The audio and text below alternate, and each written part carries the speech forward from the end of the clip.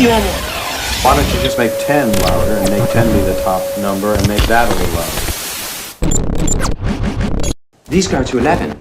How are you, bro? How are you? Not Good? too, not bad at all. It's good catching up again. As we had mentioned the previous time, we are hoping to get another, few minutes out of your busy schedule promoting the new record, Belly of the Beast. We spoke about that. Still coming out on the 28th of October.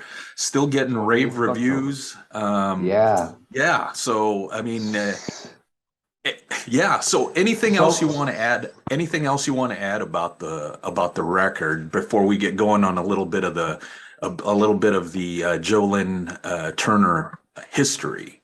Okay. Yeah, I would. I'd like to celebrate Peter Tägtgren because without Peter, I wouldn't have a platform to stand on here. When we hooked up, got together, and decided we would make a melodic metal record. I mean, the guy is just brilliant. I can't say enough good about Peter Tägtgren, from Pain, Hypocrisy, Lindemann, all the things he's ever done. And it goes way beyond that. So I just want to celebrate him because we're kind of like the fathers of this baby, that's coming out, and just give so much thanks and gratefulness for his collaborations, his input, his time and energy. So I'd just like everyone to know that, and also if Peter, if you hear this, man, I love you, and I'm just very excited that we put something together here that will last the test of time. Right. And that's very, very amazing for And anyone. and it's great. I mean, I think you have what a storied career as far as some of the people you've worked with throughout the years, and most recently Peter. But I mean, even on your solo material, I think one of the records that really struck a chord with fans was the record The Usual Suspects. Anybody that's heard it just absolutely loves that record. So can you tell me a little bit about what you think of it is about that particular album and the music in it that really hit a chord with those fans? Well, first of all, I think the title says it all. The reason why we called it The Usual Suspects it was because we got the band together. Mhm. It was pretty much all my usual suspects, Right. and everybody at that point was available. So there was a camaraderie there to begin with. We communication. We all knew each other. I mean, the good times we had doing that record, I think, sort of transmutes to the outside world. The feeling. And that happens very often with whether it's a record or a motion picture or whatever. The energies that are around you at the time of doing the project really come across to the audience. Right. So I'd have to say that I think that was a wonderful feeling amongst the people that were working on this record. We used to do a record really. The budgets were small, Right. and we had to do them pretty quickly. Yeah. Really quickly, in fact. And we just used to work hard and long, and everybody put in their 150%. And that came across on that record. Plus, the songwriting was really good, I have to say. And I think the performances were there again, really good because everybody was just in tune with it. Right. And that's what makes a great piece of work. Right. Well, and you had the guitarists you used on there, you got Petrelli and then Carl Cochran, who you worked with later on Rated X, which I'll get to that in a bit. But you also had like a TSO kind of connection there because you had Petrelli, who's a TSO guy, and then the late what's his name, David Z, right, bass. So Dave Z.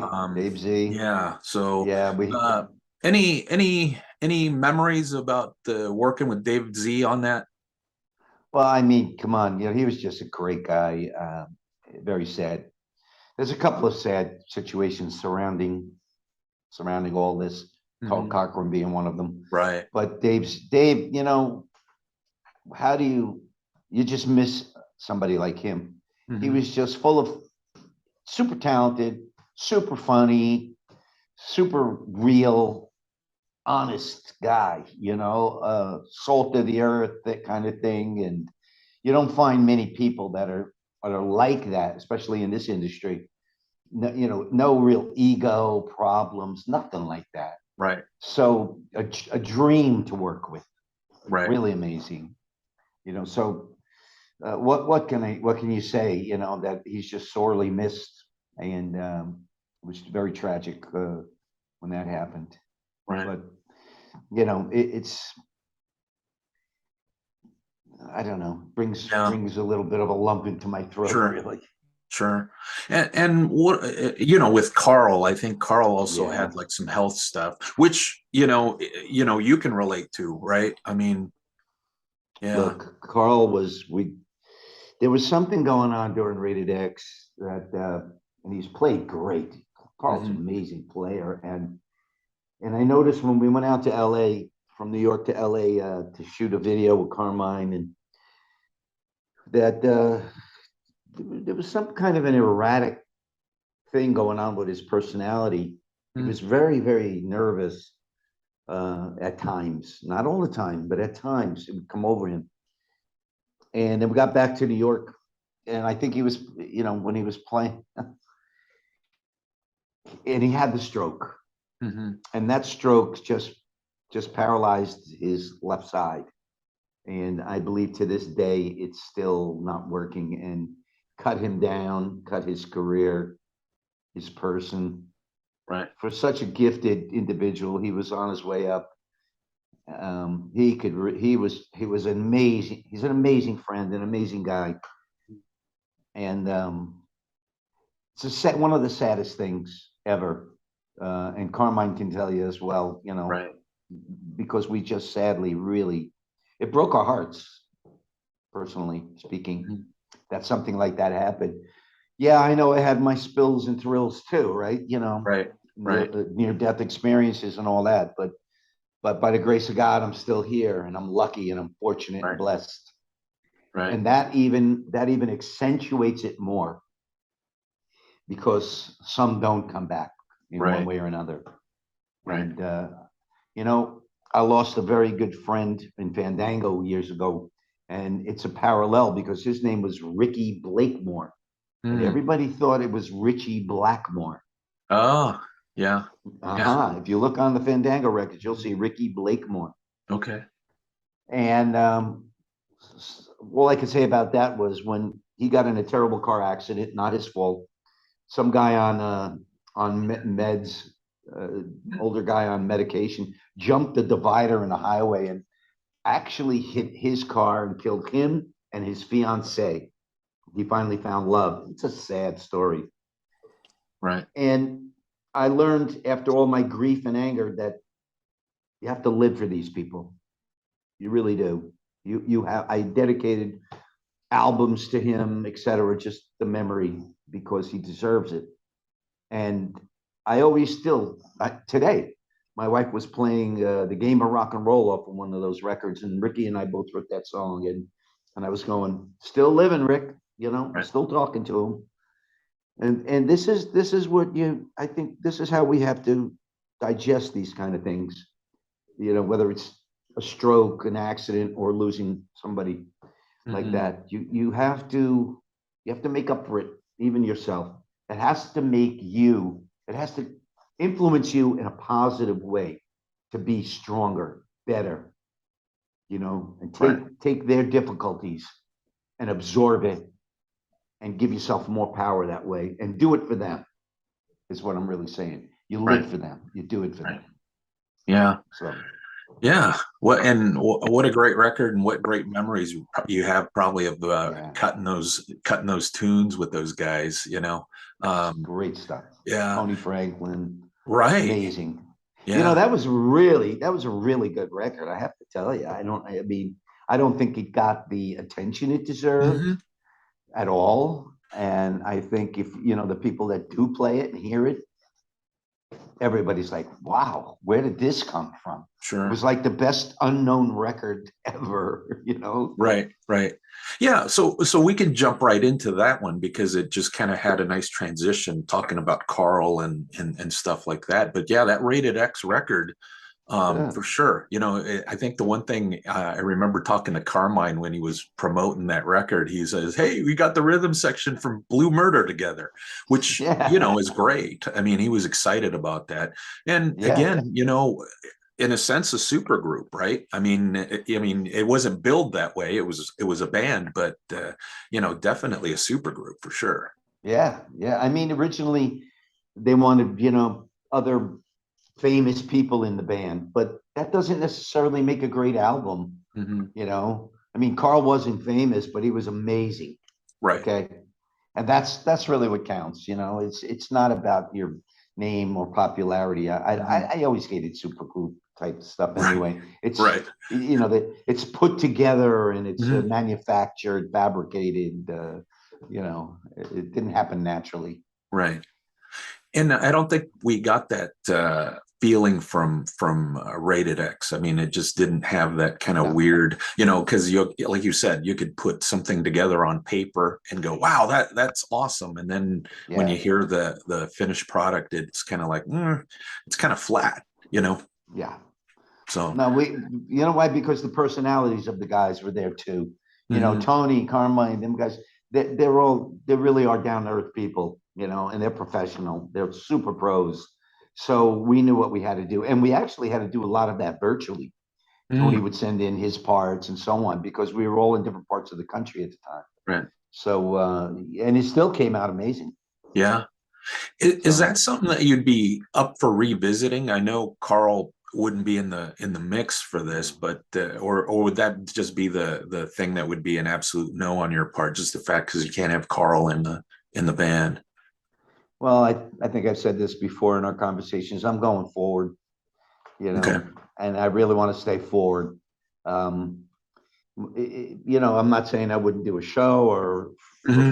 for for ha-has or whatever and have some Sure. fun with the guys, but to really go backwards and try to revive it and all that, I mean, let it let sleeping dogs lie. You Right. know, Right.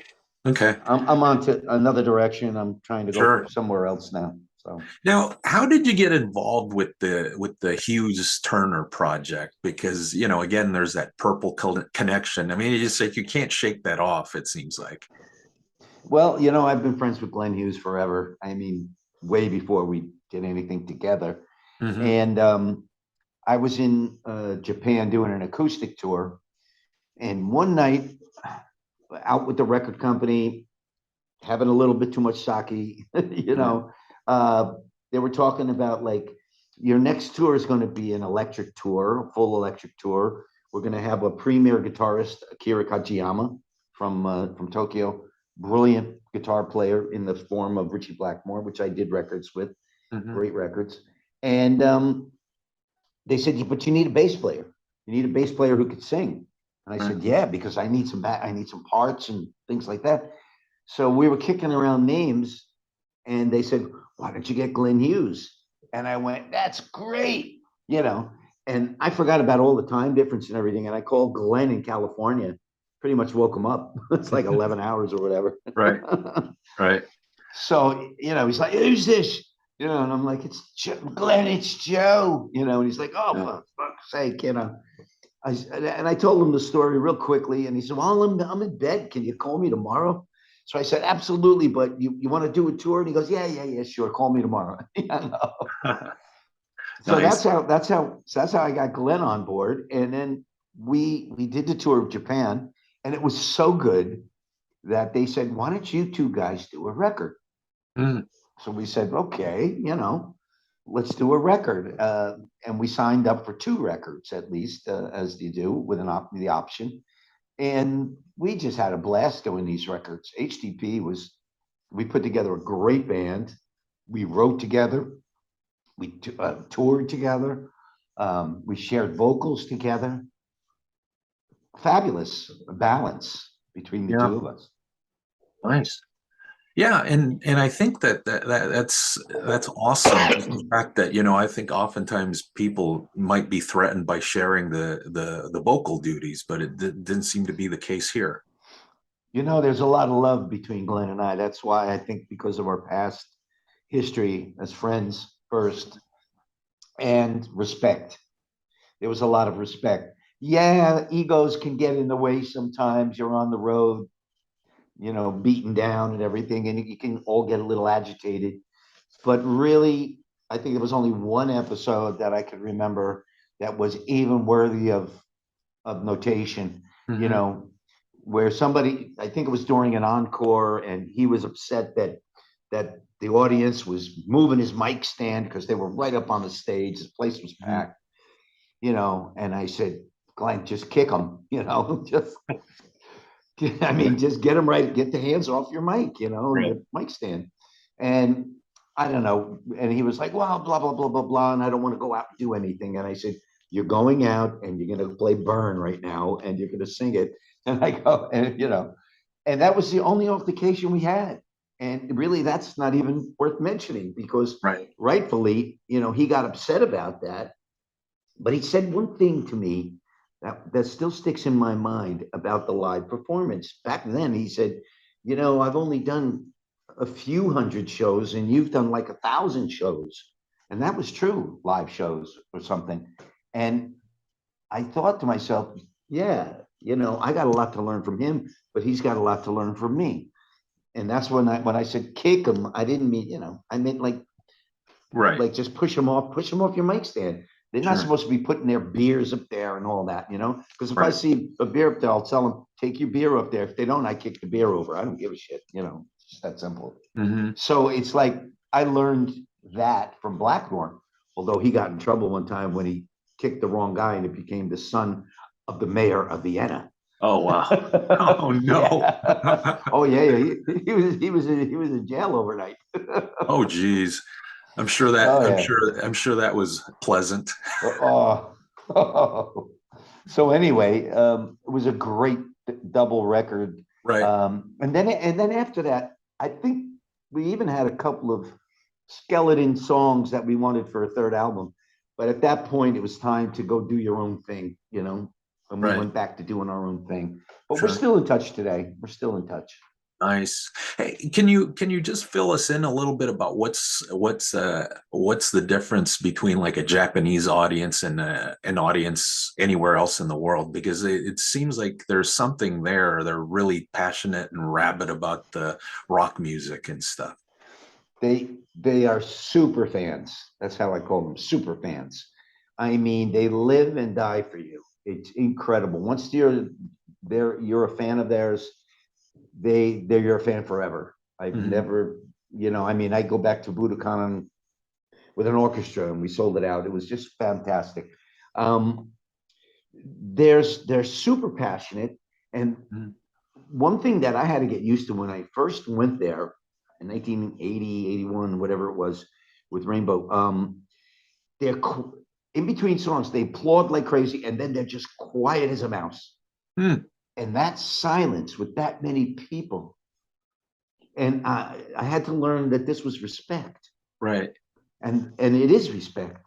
It's total respect for the audience, the artist, the concert, the show that they're at. They're dead silent. And then as soon as the applause, it's crazy again. Yeah. And then dead silence. Oh, wow. So, and when you tell a joke on stage or something, everybody laughs all together. It's very unified, and so that took some getting used to. But then I was into the culture very much, and I used to read books like from Yukio Mishima, Sun and Steel, and all of these things. And I was studying Harogare, which is kendo, the way of the sword, because I collected samurai swords, etc., knives, things like that.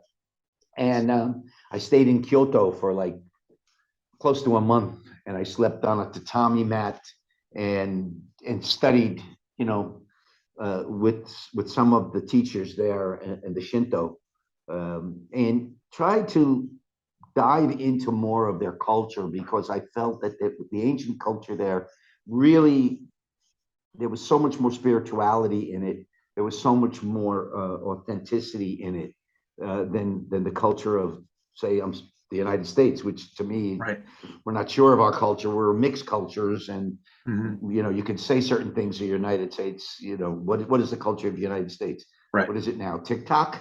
Is that Right. our culture? Right. You know, Right. Kardashian. Right. There you go. So to me, it was a deeper, more meaningful um, inside experience and Hmm. outside, really. You know, Right. meditation, things like that. Just brilliant stuff, really. Right. So I got a couple things, and then we'll close out with the Live in Germany record because I love that one. Ah, It's like a live greatest hits. You know, with your history with Sunstorm didn't quite end the way you probably wanted it to, but there's some great stuff there. Can you give us a little kind of thoughts on your time well, doing those records and music and stuff? well, yeah. You know, I want to make something very clear here. I ended my Okay. participation. It was Okay. me. Hmm. I wasn't being valued, in my opinion. I wasn't getting the right respect that I deserved. I wasn't being treated, even in a business sense, fairly. Hmm. Again, for me, and the music at that point stopped being my music, which is what it started out as. It was all the AOR type songs that I had written that never got to a second Joe Lynn Turner record. Hmm. And songs I was writing, I wasn't receiving publishing. I mean, it was valueless. It Okay. started to become absolutely all downhill. Hmm. And then they turned into sort of um, shall we say, a machine, you know, of turning out records. Uh, and I just lost complete interest in it. Um, you know, so it was me that left Okay. gracefully um, because I wasn't happy in the situation. So that's really how it happened. And I Hmm. have no look. I don't agree that they should have kept that Sunstorm name. I don't agree because I Hmm. think when a project's finished, it's finished. Right. You know, and if there was a vendetta there on their side to stick it to me or something like that, well, it certainly didn't work because I don't care. I'm not Yeah. involved in that type of. I don't have Sure. time for that kind of stuff.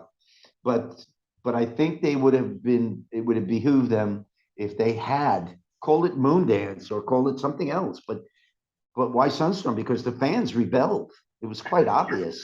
was going to say that. I mean, there's got to be a little part of you that maybe takes a little bit of kind of pleasure in the fact that it kind of didn't work out.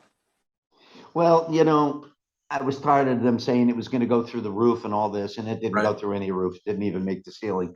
So I guess you can see there's a smirk in there somewhere, you know. Sure. But but I'm so above that and beyond that now, you know, that I wish them well. Do whatever you have to do, you know. I mean, I don't.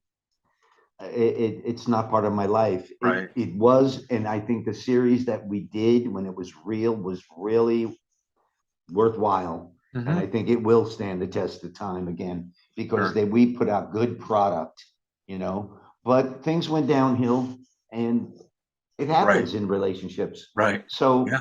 you know, no regrets from my part, you know, at all. But I just don't like the stories that people make up about it. And I don't like the fact that they make up the fact that I'm angry at a new singer or I'm this. Not at Sure. all. I'm Right. really not. You know, but if you take a shot at me, I'm going to shoot back, and my gun's bigger than your gun. So Oh, watch who you shoot. You know what I why, mean? right. Right. I hear you. so So, so my gun's faster. You know. all So right. leave it at that. Yeah, right. So here we go with the Live in Germany record. Tell me about that. Cool record. Was it, how Cool record. was there any sweetening on that one? Because it sounds pretty raw. I mean, No, it's not no. it doesn't sound phony baloney. It sounds like a legit live record. Like I said, lots of hits on there. Great band supporting you. Great vocals. I mean, it's just all around a great record. No fix ups. I can tell you that. And I'll tell you one of my greatest motivations. I'll tell you a short story. Okay. First of all, that was my band. It was all my Mhm. guys, like Usual Suspect band.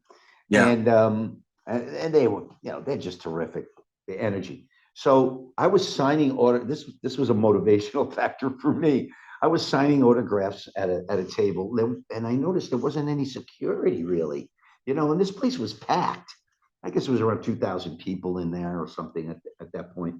And I threw my one of my favorite bike jackets on the chair in Uh, the back, and it was a good 30 feet maybe, you know, between the table, signing table, and where my jacket was. And I was saying to the Frontiers guys, hey, where's security? What's going on here? Because people are pulling and doing this, and it's kind of like a wild scene. So anyway, I finished my signatures and whatever. I went back to get my jacket, and it was gone. And I go, where's my jacket? Like, what's happening here? And it was stolen. Somebody crawled under the other table to my left, grabbed it and ran. And I was livid. I was like, here I am working my butt off for you, signing everything, doing everything for this festival that you call it, what have you. And I'm the headliner, what the hell is going on? And you can't watch my belongings here. This is just unconscionable. This is unacceptable. And I was, to say the least, pissed off. Right. So, I mean, there was a lot of words exchanged between us. And my Italian got there, I raised my back. Right. I didn't hold back anything because I was like, sons of bees and all this stuff. So anyway, I got on stage, and that anger was just a tremendous hurricane, and I just wanted to sing my butt off and just, really give it a great performance and everything, because at first I wasn't going to go on. I said, I'm not going on. That's it. I'm done. And they were like, but please, you're the headline. You got to go on. And everybody's calling JLT, JLT. Right. And I'm a pro, and I know I got to go on. But I was just so angry that it was just, again, disrespectful. Right. That there wasn't a one security guard that could have done, it's just not right. It's totally unacceptable. So I went on anyway, because I went on for the fans. That's who I went on for, not the company. Right. Yeah. That's one thing on a long laundry list of what I'm talking about. Yeah. Right.